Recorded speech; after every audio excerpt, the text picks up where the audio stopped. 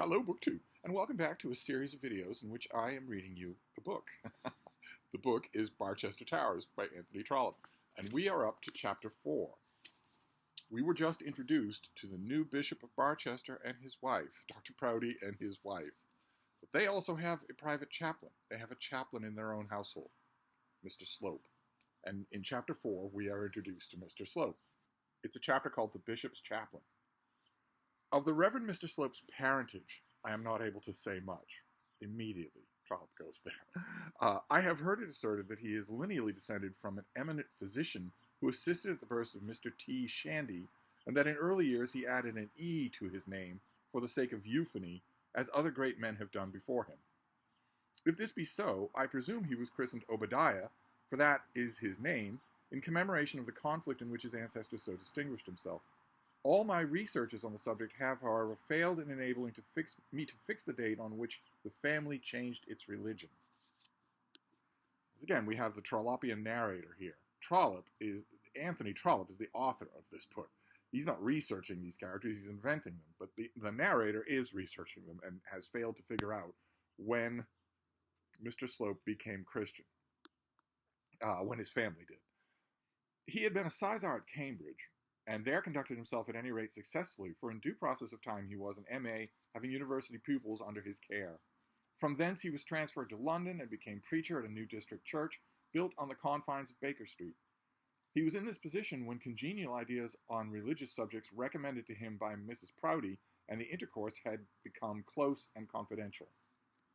Having been thus familiarly thrown among the Mrs. Prouty, it was no more than natural that for some softer feeling than friendship should be engendered.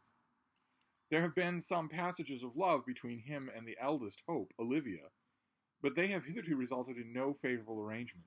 In truth, Mr. Slope, having made a declaration of affection, afterwards withdrew it, on finding that Dr. Prouty had no immediate worldly funds with which to endow his child, and it may be easily conceived that Miss Prouty, after such an announcement on his part, was not readily disposed to receive any further show of affection.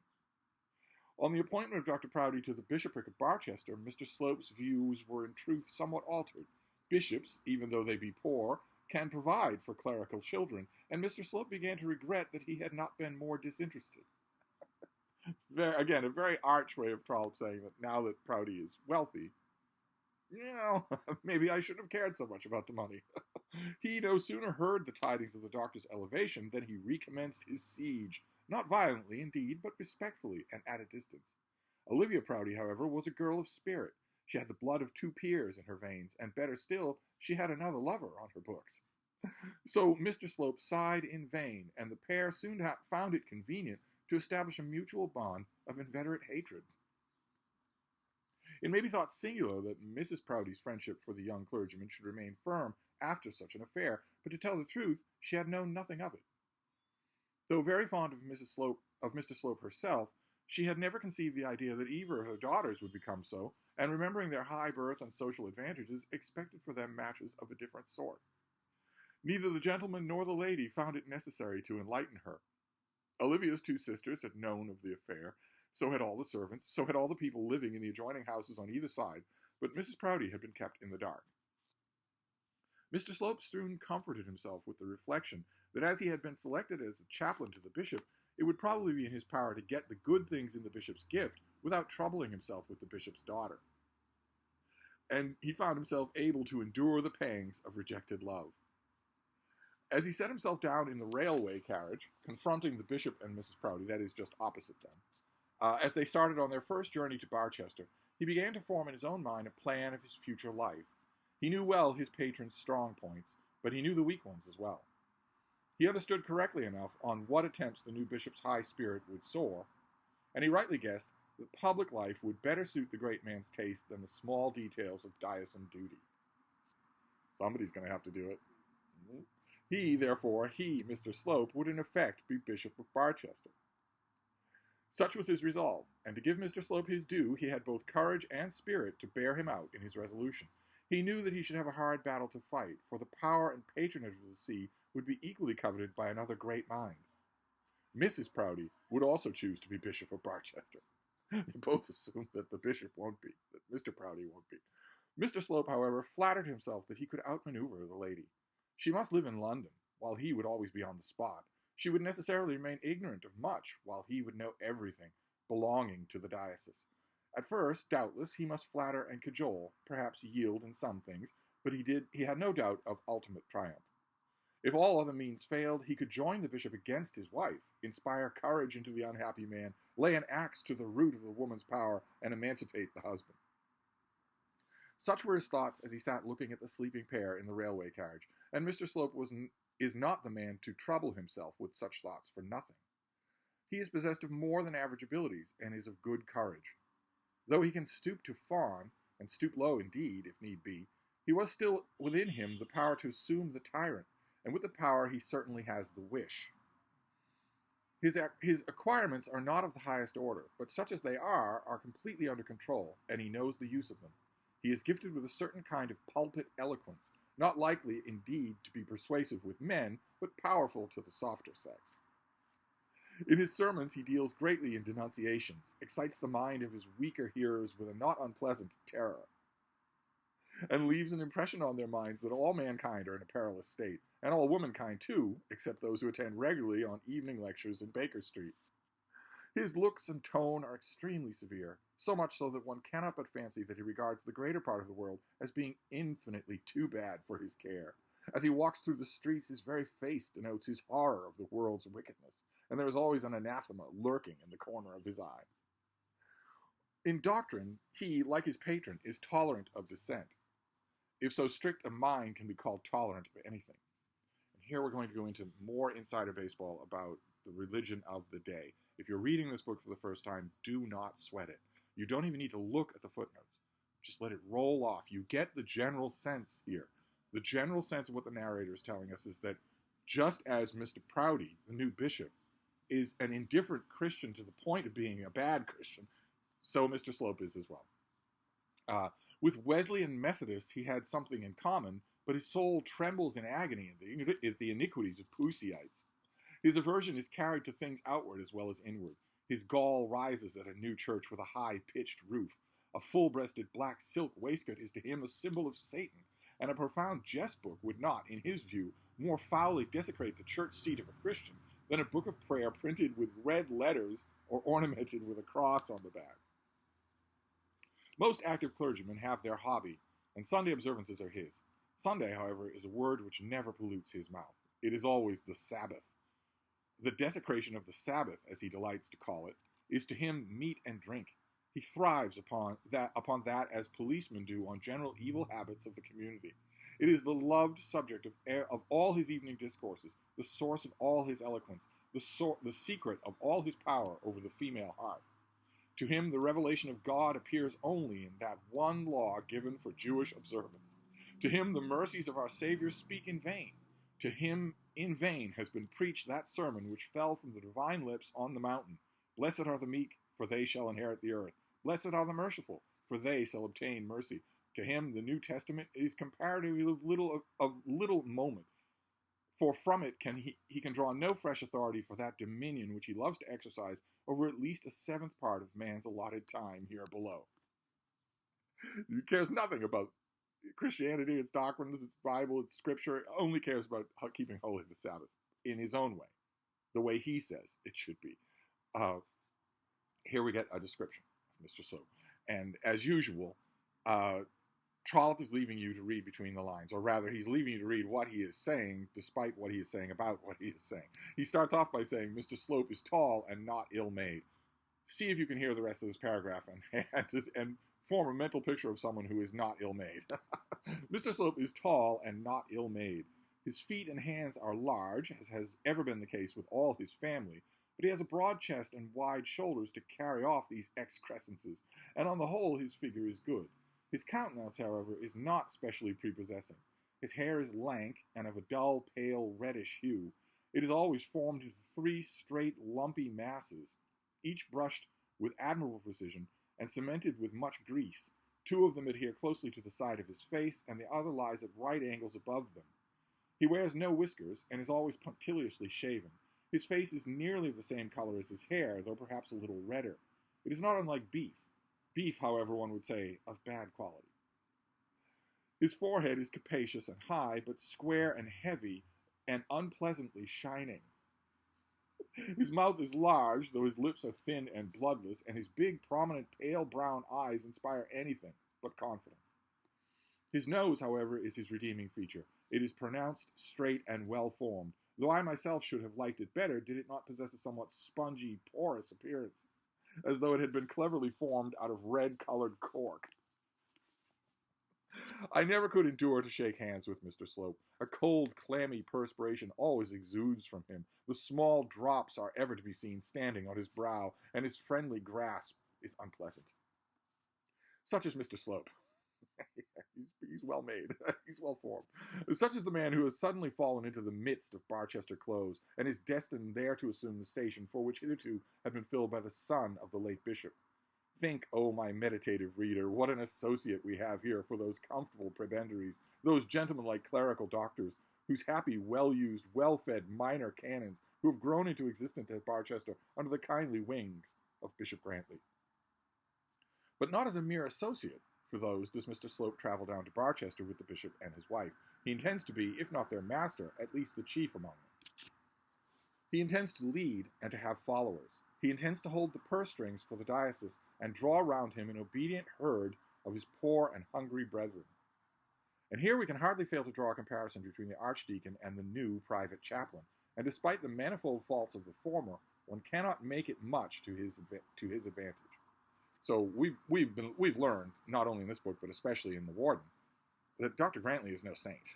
He's the son, is no saint at all. But the comparison between that and the man who is coming now to be his supplanter and rival could not be clearer. Both men are eager, much too eager, to support and increase the power of their order. Both are anxious that the world should be priest-governed, though they have probably never confessed so much, even to themselves. Both begrudge any other kind of dominion held by man over man. Dr. Grantley, if he admits the Queen's supremacy in things spiritual, only admits it as being due to the quasi-priesthood conveyed in the consecrating qualities of her coronation. And he regards things temporal as being by their nature subject to those which are spiritual. Mr. Slope's idea of sacerdotal rule are of quite different class. He cares nothing one way or the other for the Queen's supremacy. These to his ears are empty words, meaning nothing. Forms he regards but little, and such titular expressions as supremacy, consecration, ordination, and the like convey of themselves no significance to him. Let him be supreme who can. The temporal king, judge, or jailer can work but on the body. The spiritual master, if he have the necessary gifts and can duly use them, has a wider field of empire. He works upon the soul. If he can make himself be believed, he can be all-powerful over those who listen. If he can be careful to meddle with none who are strong in intellect or too weak in flesh, he may indeed be supreme. And such was the ambition of Mr. Slope. Dr. Grantley interfered very little with the worldly doings of those who were in any way subject to him. I do not mean to say that he omitted to notice misconduct among his clergy, immorality in his parish, or omissions in his family, but he was not anxious to do so where the necessity could be avoided. He was not troubled with a propensity to be curious, and as long as those around him were tainted with no heretical leanings toward dissent, as long as they fully and freely admitted the efficacy of Mother Church, he was willing that Mother should be merciful and affectionate, prone to indulgence, and unwilling to chastise. He himself enjoyed the good things of this world, and liked to let it be known that he did so. He cordially despised any brother rector who thought harm of dinner parties or dreaded the dangers of a moderate claret jug. Consequently, dinner parties and claret jugs were common in the diocese. He liked to give laws and to be obeyed in them implicitly, but he endeavored that his ordinances should be within the compass of the man and not unpalatable to the gentleman. He had ruled among his clerical neighbors now for sundry years, and as he had maintained his power without becoming unpopular, it may be presumed that he had exercised some wisdom. Of Mr. Slope's conduct much cannot be said, as his grand career is yet to commence, but it may be premised that his tastes will be very different from those of the archdeacon. He conceives it to be his duty to know all the private doings and desires of the flock entrusted to his care.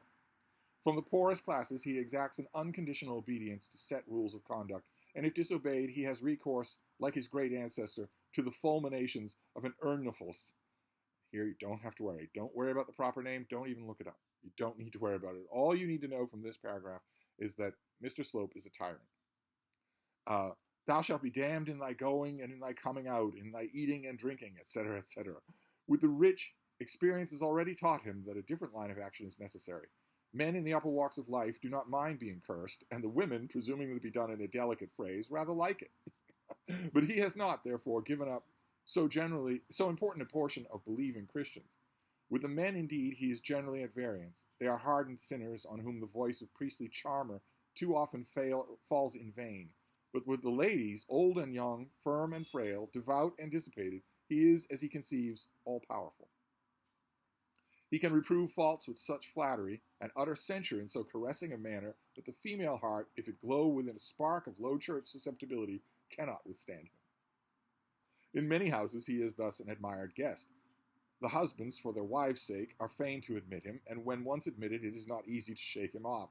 He has, however, a pawing, greasy way about him, which does not endear him to those who do not value him for their soul's sake, and he is not a man to make himself at once popular in a large circle, such as now likely surround him at Barchester.